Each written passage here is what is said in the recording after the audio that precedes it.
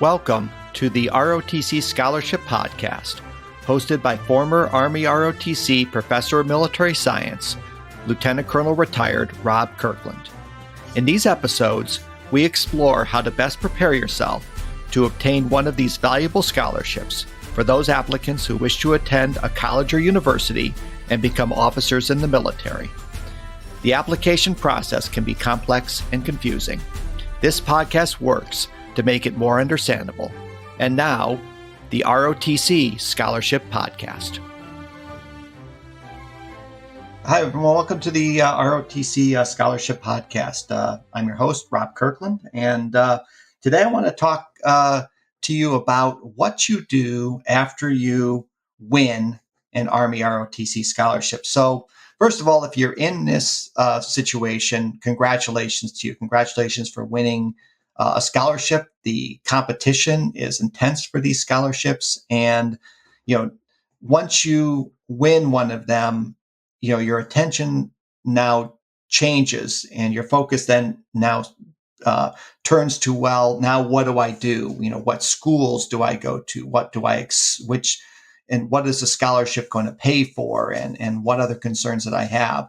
So what I want to do in today's podcast is talk to you kind of about the steps that are going to happen after you win these scholarships. And I want to sort of take it by ROTC program because, each one is sort of different in sort of the way that they treat these, once you win these scholarships. So what I'll start first with is the Army scholarship, the Army ROTC scholarship. So the Army scholarship pays for either 4 years of tuition at any public or private college or university, or a 3-year, what's called 3-year advanced designee scholarship, where your first year you have to pay for, and then the last 3 years the Army pays for.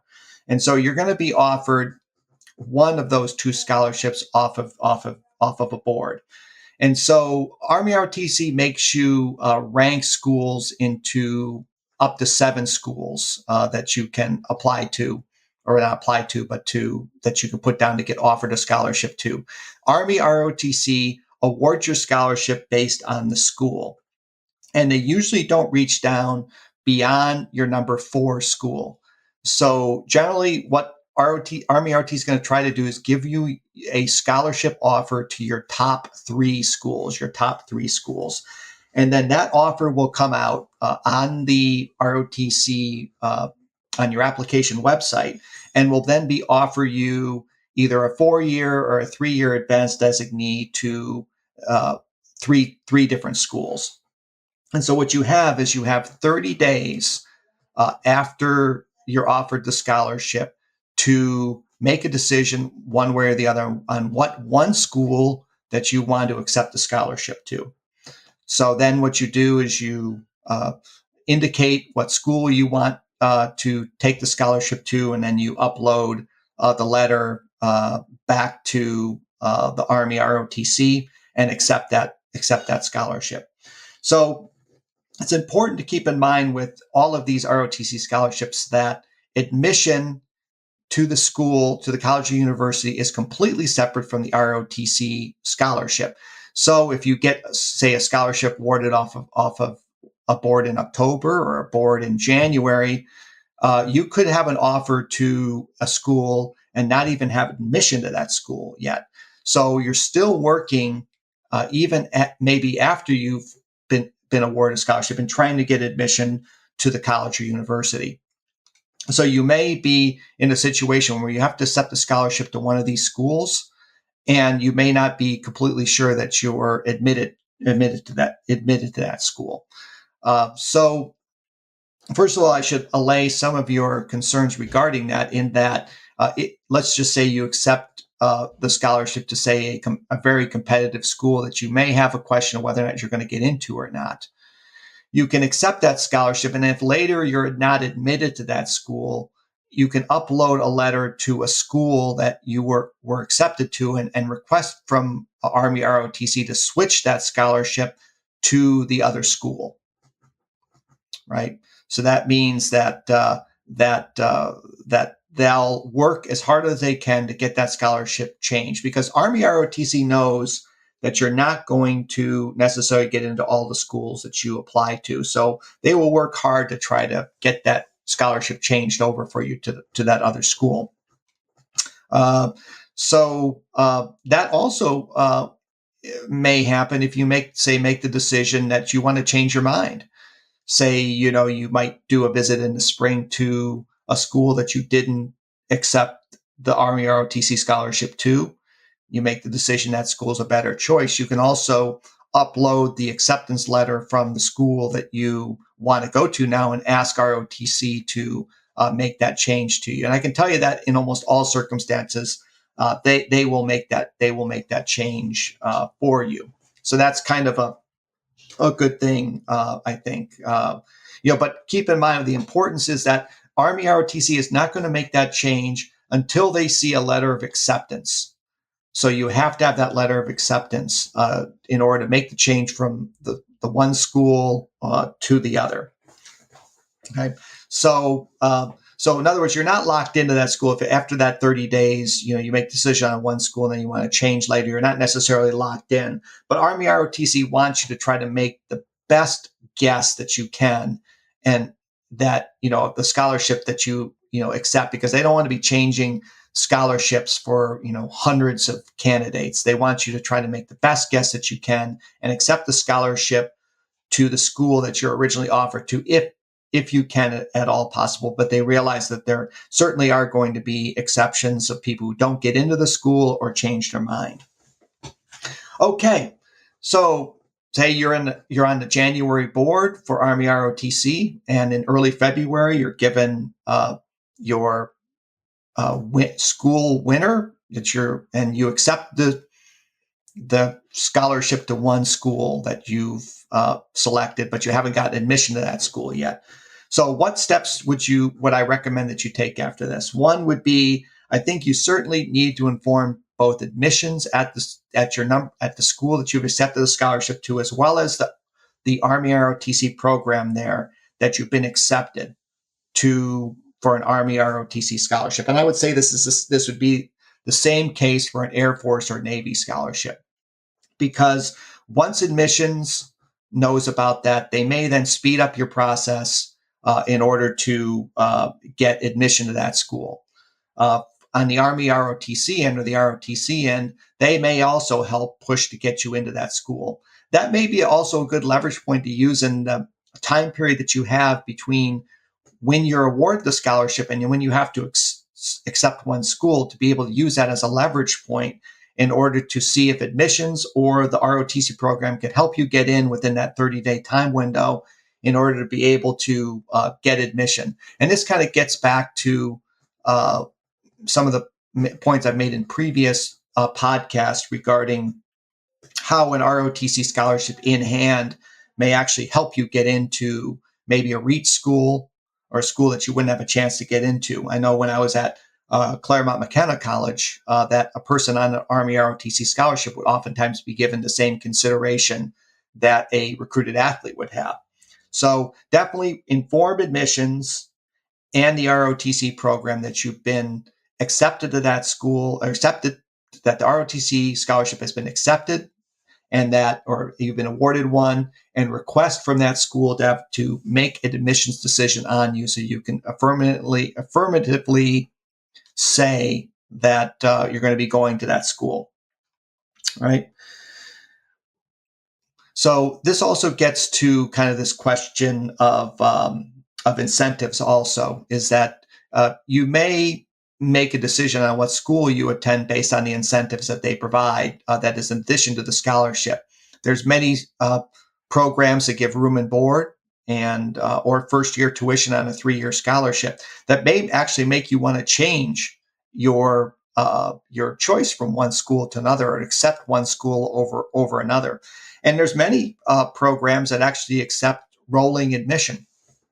So even though, say, you may have missed the admission deadline, say December or January 1st admission deadline, because you're an Army ROTC or ROTC scholarship recipient, that may allow then colleges or universities to consider you for admission when you might not normally have been past the deadline for a fall admit. So you always have to look down that route with either the admissions department or the ROTC program to see if they have some room for late admits or people that miss the deadline. I think this might be crucial in cases where where there may be incentives like room and board or first year tuition for off of a 3-year scholarship. That may make sense for you to apply late to a college or university and have that the scholarship offer changed to another school in order to be able to take advantage of these incentives if you're a little late to kind of getting an idea whether or not if you're a little bit late regarding incentives. Very quickly on my website, ROTC Consulting, you can download some spreadsheets that have the ROTC incentives for both Army, for the separate files for Army, Navy, and Air Force. So go ahead and check that out on the site. There's a small fee to download those incentives. Okay, so second, let's talk about Air Force next. Air Force is different than the Army because they don't base the scholarship on the school itself. They just give you a scholarship. So you accept the scholarship within a time frame or window. I believe it's also 30 days or right around 30 days. And it's your job then to get accepted to school and to use the scholarship that you're given to whatever college or university you want to go to. It doesn't necessarily have to be at a Air Force ROTC detachment college or university. It can be a college or university that is not at that particular attachments program. So one of the things that, with Air Force is you're going to be awarded either a Type 1, a Type 2, or a Type 7. So a Type 1 is just like the Army or Navy scholarship in that it provides 4 years of at either a public or private college or university for full tuition. That's only about 7% of the applicants get that. And there's a Type 2 that's about 20% of the applicants. It's about $18,000 a year over 4 years.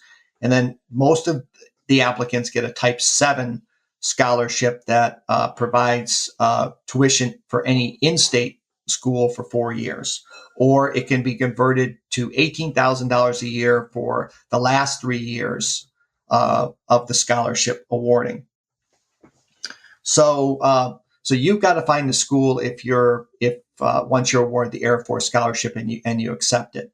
So this also gets into kind of the incentives piece, is that there's a number of public schools that recognize you as in-state student if you're an out-of-state candidate. So if you live in California and you apply to for example, any Texas school, state school, you're considered an in-state resident for Texas on a Type 7 scholarship. So basically you get in-state tuition for Texas, even though you're from, say, California, Nevada, or any other state.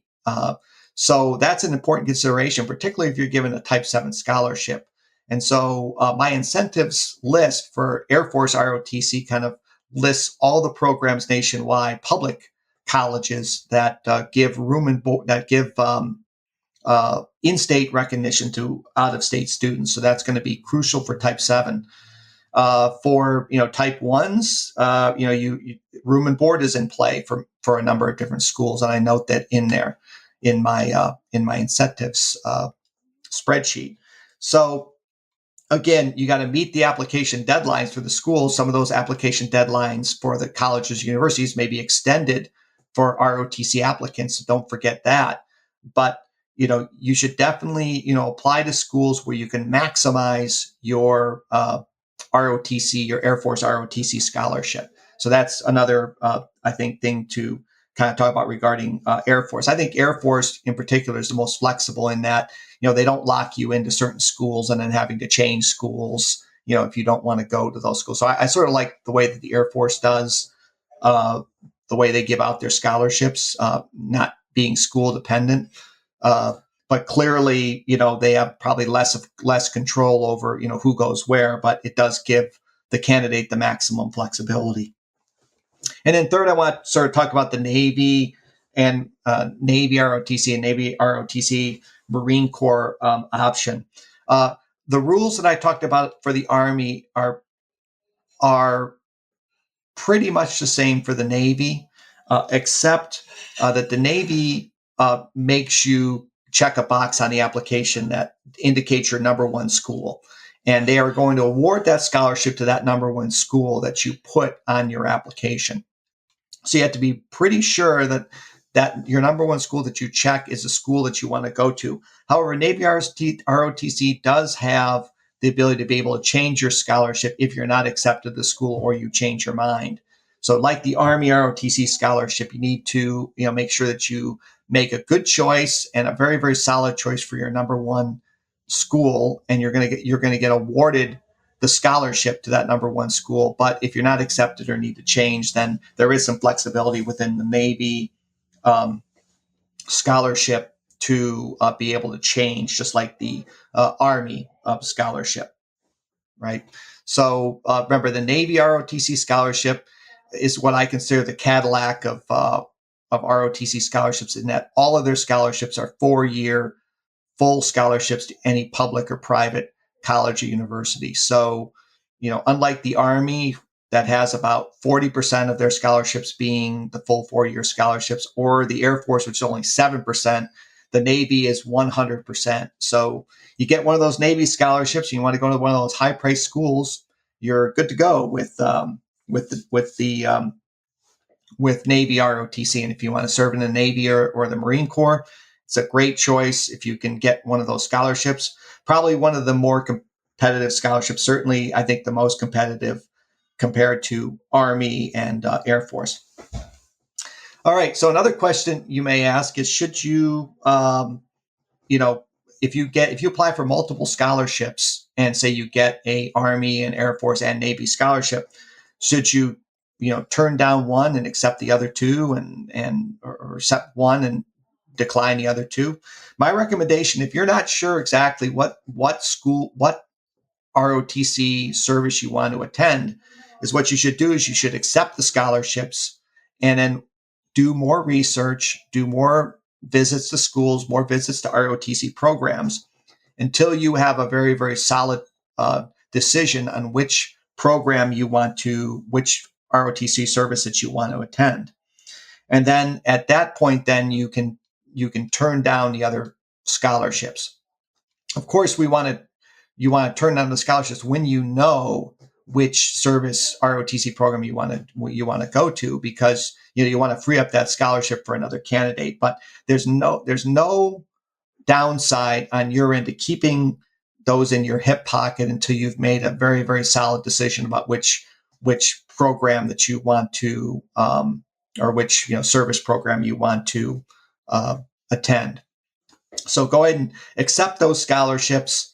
Keep them in your hip pocket until a time when you know you're not going to be needing that scholarship. And then finally, one of the things that's going to be activated a couple of weeks after you accept the scholarship is going to be the DODMER physical. Now, if you're not applying to a service academy and just for ROTC programs, that is when you will get an email from DODMEPS, which is the civilian manager for the Department of Defense Medical Exam Review Board, DODMERB, to determine whether you're medically qualified or not. So about 2 weeks to 3 weeks after you accept the scholarship, you should be getting an email from DODMERB, from DODMEPS, asking you to start the scholarship process, and that's got the physical moving forward. And so that will be another thing that will be activated once you accept the scholarships as DODMERB. And I have a podcast for that episode that talks about DODMERB in depth. So I suggest if you have any questions or questions about the DODMERB physical itself, that go ahead and tune into that podcast with my good friend John Edelman and I, who did that and laid that out pretty well. So again, to summarize, kind of what I talked about here today is, first of all, congratulations if you achieved the ROTC scholarship, you have some steps, obviously, that you have to take where you got to see if you can leverage that scholarship to gain admission to a college or university. You have a certain amount of time to make a decision one way or the other if you want to accept the scholarship. That's in the case of the Army and the Navy, and certainly the Air Force too. But you have to accept usually the school that they offer it to you. For the Army and Navy. Air Force, you don't have to. It's not school dependent. But you definitely have to keep working to get that college admissions and the college admissions to you that you want. You want to make sure that you leverage all of the incentive programs for the colleges and universities to see if you can maximize either room and board, first year tuition, in-state recognition for out-of-state students, so that can help you maximize and stretch your scholarship as long as it can go. Then accept all the scholarships that you're offered and only return them to the ROTC program when you are sure that you want to accept one scholarship and not the others. And then finally, get ready for the email for the Dodmer physical that should be coming about 2 to 3 weeks after you formally accept the scholarship on the ROTC application. So hopefully this episode was informative for you. I invite you to visit rotcconsulting.com webpage, where we have a bunch of blog posts that kind of talk about a lot of these issues and things to be concerned about. But again, I wish you the best of luck as you navigate this process, and we'll see you next time on the podcast. Thanks. Thanks for listening to the ROTC Scholarship Podcast. If you like what we're doing, please leave a quick review. If you have any questions or want more information about ROTC or our consulting services, please visit our website at rotcconsulting.com. Take care, and we'll see you next time.